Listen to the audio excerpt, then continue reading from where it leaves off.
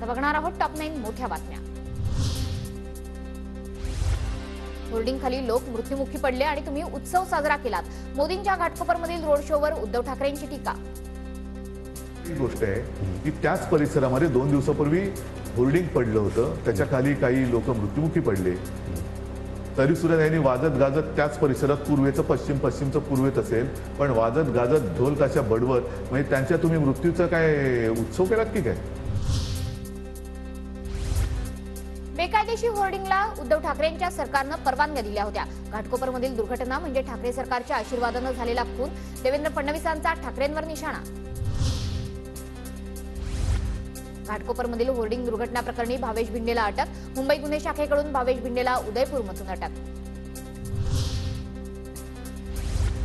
काँग्रेसला मुंबईतून नाही तर महाराष्ट्रातून हद्दपार करा, राज ठाकरेंचं पत्र व्हायरल। वडेट्टीवारांनी हेमंत करकरेंच्या मृत्यूबाबत केलेल्या वक्तव्याचा राज ठाकरेंनी समाचार घेतला।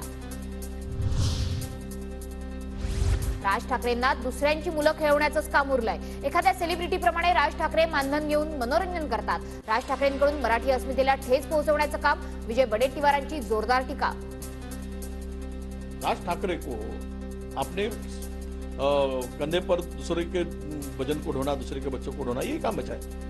मैं ये कहता हूँ कि राज ठाकरे को देखने का नजरिया अभी एक सेलिब्रिटी का होता है। हमारे गांव में हम लोग कोई इवेंट करते हैं तो कोई ना कोई हीरोइन हीरो को बुलाते हैं, उसको जाने आने का टिकट हम लोग देते हैं और जाते वक्त एक बंद पैकेट में कुछ विदागी देते हैं और सेलिब्रिटी से करमणूक।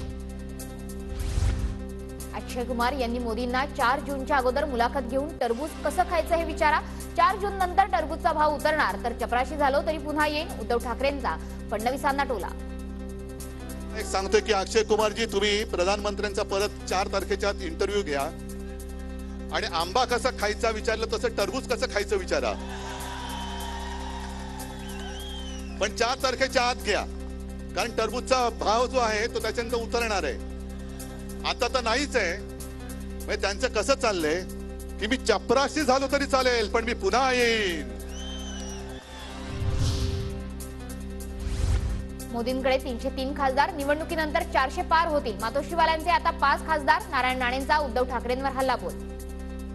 जे आज टीका करतायत ना बांधव आणि भगिनीनो, कोण आहेत ते? काय गुणवत्ता आहे, पात्रता काय? आज मोदी साहेबांच्या मागे आजच 303 खासदार आहेत। 303 आजच। या निवडणुकीनंतर 400 पार, 400च्या वर। यांच्याकडे काय आहे?